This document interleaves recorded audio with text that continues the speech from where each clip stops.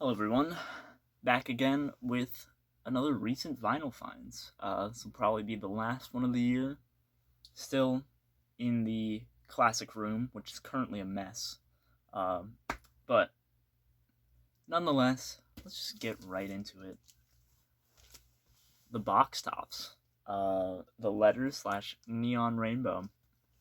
I already had a copy of this, and me and my buddy Matthew at yesterday's trips, we were selling records at the local record show and went around digging a little bit. And this copy came for $2. I had a real beater copy before. This is actually a pretty good record. It's a little bit spotty, but The Letter is a great song. I'd say I prefer side 2 for sure. Neon Rainbow is my favorite track on here. Happy Times is good. I'm Your Puppet is pretty good. There's a lot of covers, but this band actually features Alex Chilton, who went on to the band Big Star. So if you want some early cuts of him singing, he was like 16 or 17 when these records, the box top records, were made. But yeah, pretty clean original copy on Bell. It's a good one to pick up if you can get it for cheap. I like the songs. It's not like the greatest thing in the world, but pretty good, and I like it. Next, this was a cool jazz record. I found this for I think it was like $3, something like that, in an intake store, and I just figured why not. Legrand Jazz by Michael Legrand. Yeah, I saw this looked pretty cool, and it said Miles Davis, and pulled out the disc, and it was on that Columbia Records 6i, and it's a really clean original copy. So I figured why not. I was kind of thrown off because I thought it would be like a big band record, and it is not. This is like a hard bop record, which I'm slowly learning the jazz genres. It's taking me years at a time to learn one. But yeah, this has an insane lineup. Just on this first track alone, you've got Herbie Mann, Miles Davis, John Coltrane, Phil Woods, Bill Evans, Paul Chambers. What? Crazy stuff. And just the lineup's insane. Yeah. And this is really good. I was not expecting this to be as good as it was. But man, this is good. I think he was a classical composer or arranger or something like that. And he decided to do a jazz record. So he found literally the best jazz musicians in the world and cut this thing. And this is so good. I highly recommend picking this up. It's not overly expensive. And you get to hear all the greatest jazz musicians in the world play. So yeah, definitely one that's worth picking up, especially if you can get a cheap copy. Really good. Moving on, another jazz one, a different world of jazz. This is a Miles Davis On the Corner. This is an original 1972 U.S. press. I just love this album art. And also, this is just an incredible record. Very, very out there. But really good stuff. I like this picture of Miles. He looks kind of terrifying. Definitely one to listen to. Probably takes a few listens. I'm not sure that I quite got it on the first listen. But, yeah, this was $5 at the record show. And I found it and I was like, well, hell yeah, Gotta pick that up. But, yeah. Really, really cool. I've been looking for this for a while. I saw a copy of this at Azia Records, I think, years and years ago. And I didn't know what this record was yet, but I knew Miles Davis. And I just saw this cover, and I was, enthralled. I really wanted to know what this was like. But I think that copy was a bit more on the expensive side, so I decided I'd wait, and found a good cheap one. And yeah, I know Vinyl Richie really likes this one, because I think when I mention Miles Davis, he always mentions on the corner. So definitely one I'm going to have to dive into a bit more, but a really cool one. This one also came from the record show, and this was like $12, you know. And it's a 1969 repress, but I don't mind at all for that price. Hoodoo Man Blues by Junior Wells Chicago Blues Band. This is incredible. I love this record. I don't know if I had listened to it before I bought this copy, but Junior Wells is probably the best harmonica player I've ever heard. It just kind of blew me away. This features Buddy Guy on guitar, which is now on the front cover of the reissue. This originally came out in 1965, and it's pretty hard to find original first press. But this has just got this incredible energy. A smoke and blues record. Love it. This is like the real blues, you know. They do Hound Dog on here. It's just great. There's just such great energy coming from here. You Don't Love Me, Baby, you know.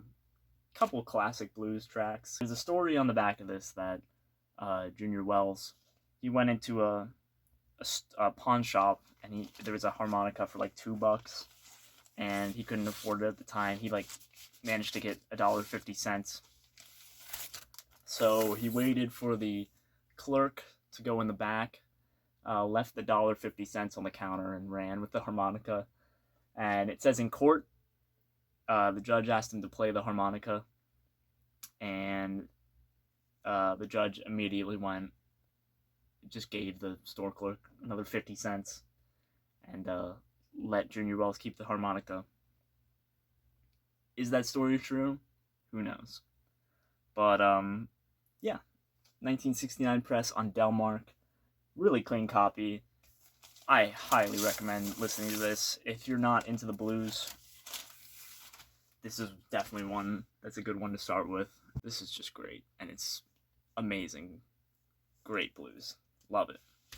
Alright, now we're getting into the rock stuff. And I'll start with a kind of cool one. Picked this up yesterday, actually. Basement Floor. I doubt anyone of you have heard of this. This is a local Maryland private press. I think the band's from Baltimore. I'm from Maryland, so just figured I'd buy it. It was $5, you know. I've seen this one other time, and it was sealed, and it was like $45, and I was just like, no, not paying that. But for $5, I'll pick up a copy. There are 2 local Maryland records out on this Eastern label.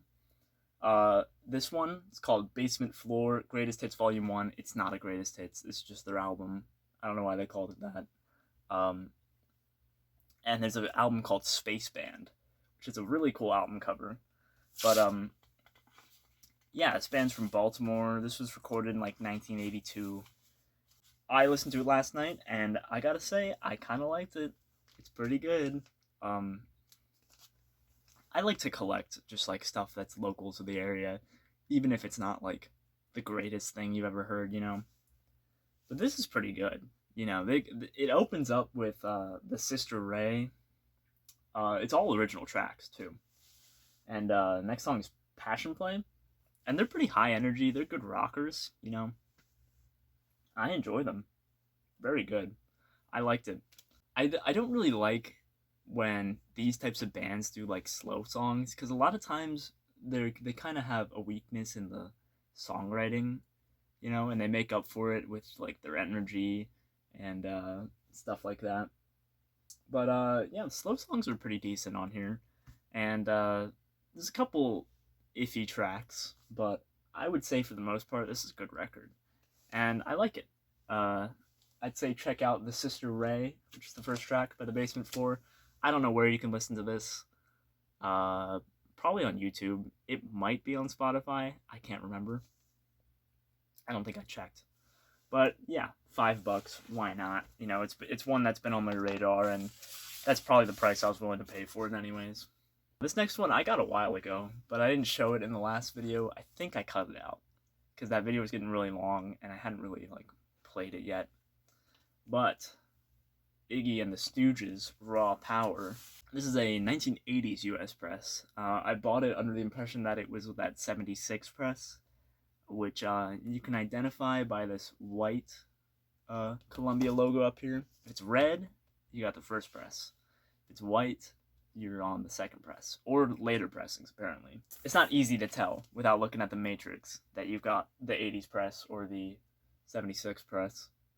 But still a pretty cool one, and found this in an antique store. It was at this booth that is always so overpriced, and this was just like right on the money.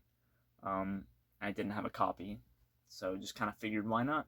Just need to get all the Stooges stuff. I have a reissue of the self-titled, got an 80s French press. Now I've got this 80s US press of Iggy and the Stooges, and I don't have a copy of Funhouse at all, which is probably kind of nuts to a lot of you, but I'm really just holding out for, finding one, if there's any chance of that happening. This next record, got it on eBay. This is a super cool record.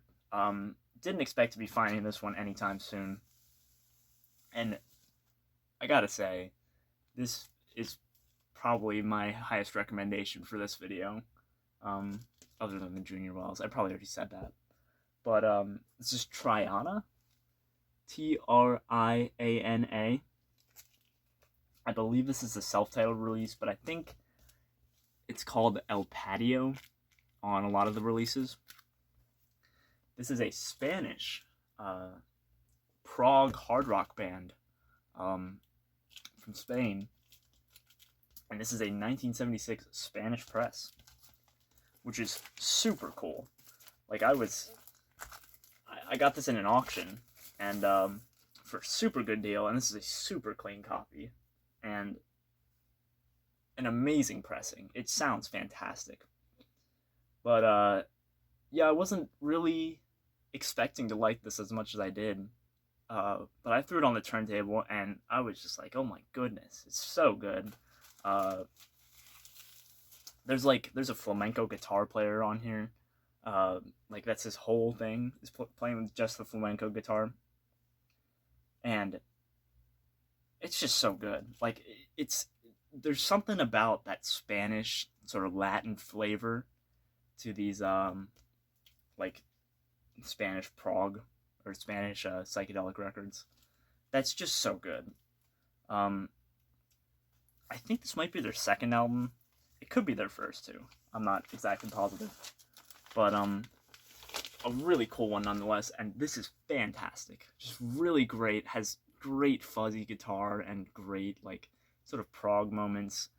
Great flamenco guitar. The whole thing is just good. There's not a bad moment on this record. Yeah, it's all sung in Spanish, so I wasn't exactly positive that I was gonna, like, love it as much as I did, but now that I've heard it, this is just incredible.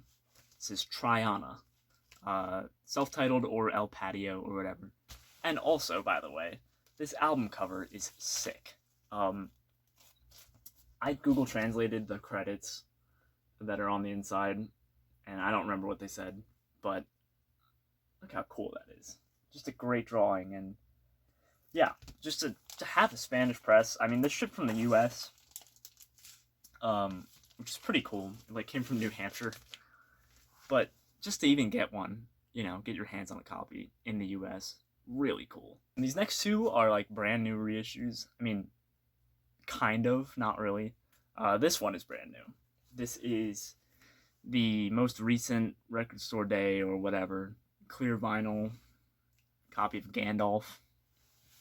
My buddy traded in some store credit, and he was like, hey, do you want to get this one? And I was like, sure. This is one that I actually kind of intended on buying anyways. Because originals are really hard to get your hands on. But this is an incredible psychedelic record. I really love Hang On to a Dream. It's just the whole thing. It's got this mood to it, which is just really good. But yeah, this is a clear vinyl press on Jackpot. Look at that. Yeah. I like clear vinyl. I think it's pretty cool. Kind of blows my mind.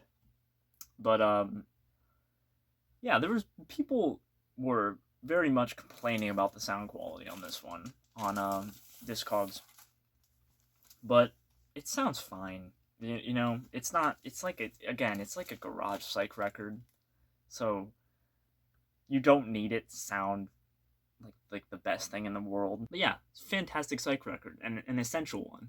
So figured I needed a reissue of it. You know how I am about reissues. I'm not like the greatest fan of reissues in general, unless it's something really that I really would enjoy having a reissue of.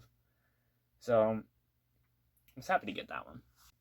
This next one is a one that I don't know if I'll ever own an original of this. Maybe one day when I get crazy and will be willing to spend $1,000 on a record. But this is one where you need to own a reissue. This is one of the most incredible psychedelic records ever, in my opinion. This is Trip Through Hell by the CA Quintet.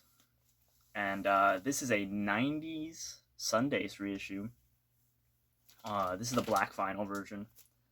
But I had a bootleg copy for the longest time of this, for a couple years. So finally got to sell that and pick up on this. This was sealed and it was $20 on eBay. And I was just like, hell yeah. You know, that's an incredible price for a sealed 90s issue of this. This has got the original LP plus a ton of bonus tracks. And I can tell you right now that the original LP is way better than the bonus tracks. There's a couple really good bonus tracks. Doctor of Philosophy is one. I like their cover of I Put a Spell on You. It's pretty good. I Shot the King. Fortune Teller's Lie was pretty good. Sadie Lavone was really good. But I wasn't really crazy about most of the non-album songs. There's a song called Bury Me in a Marijuana Field. You know, you would think that's like gotta be some psychedelic greatness, but it's kind of like a folky track. But the original album, though, is absolutely incredible. Yeah, it's 1996 by the copyright date. But yeah, to have a sealed copy, you know, to have one now that's in the shrink. I know there's interviews on the inside. I've actually read the interviews before online. So I kind of just decided I'll keep the shrink wrap on. One day I'll decide to take it off, or I'll decide to sell this reissue for whatever reason. And, you know, just thought it would be cool. I do miss the original cover art that was on that bootleg. I had a bootleg that was on Candy Floss, and this is one of the most fantastic bootlegs I've ever had. Like, it sounded pretty dang good, and it recreated the textured cover of the original and everything. But yeah, this sounds fantastic. This blew the bootleg out of the water, sound quality wise. I can't imagine it sounding much better than this, so maybe unless you get an original copy. But yeah, this sounds fantastic. I highly recommend the 1996 Sundays pressing of this record, because it's great. Sounds really good. This is another one that I think it kind of fetches the price it does because of its sound quality, and also because of, like, this is like a second press, even though it came out in the 80s. This is Kaleidoscope Faintly Blowing on the 5 Hours Back label. And yeah, I will say this sounds really good. Great pressing. This thing is so weird. This is such a weird record. I know people are always like, the Kaleidoscope records are psychedelic classics, you know? And I agree with the first one now, after I spent, like, a lot of time with it. I think these take quite a few listens. For me, the Kaleidoscope, their songwriting is so weird. Like, sometimes I just can't get behind it. But then they get stuck in your head, and then you're like, well, great. You know? But I remember Faintly Blowing coming on, and I thought that was a great track. You know, really good. Really strong. But some of them are really, really odd, lyrically. And sort of phrasing is weird. But this is probably one that'll grow on me. I don't doubt that this one will become one that I spin a lot and know very well.